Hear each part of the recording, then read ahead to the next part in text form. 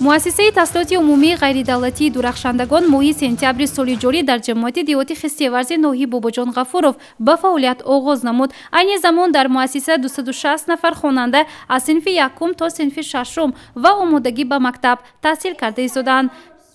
мақсад аз кушодани ин муассиса дар он буд ки ҷамоати хистеварз калонтарин ҷамоати ҷумҳурӣ ба ҳисоб меравад, лекин дар ин ҷо ягон муассисае бо забони русӣ таҳсил бо забони русӣ набуд. бинобар он мардум фарзандои хурдсоли худро то шаҳрҳои хуҷанду бӯстону гулистон гирифта мерафтанд.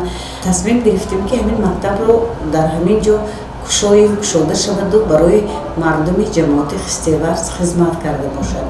таҳсил дар муассисаи таҳсилоти умумии ғайридавлатии дурахшандагон бо забони русӣ ва англисӣ роҳандозӣ гашта хонандагон дар як баст таҳсил карда истоданд. ҳайати омӯзгорон 27 нафарро ташкил медиҳад. омӯзгорони фанӣ аз федератсияи русия ҳамчунин аз шаҳрҳои гулистон, бӯстон ва хуҷанд даъват карда шуданд.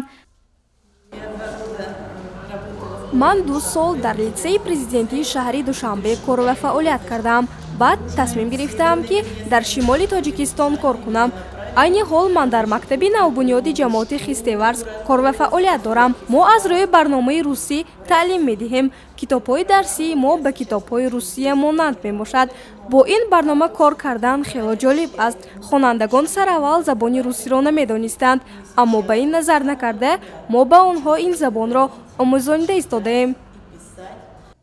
дар муассисаи таҳсилоти умумии ғайридавлатии дурахшандагон маҳфилҳои гуногун аз ҷумла шохмод, мусиқӣ, мантиқ ва маҳфилҳои забономӯзии олмонӣ, хитоӣ амал карда истодааст. муассиса ният дорад ки дар соли хониши нав таҳсилро то синфи 11 ба роҳ монад.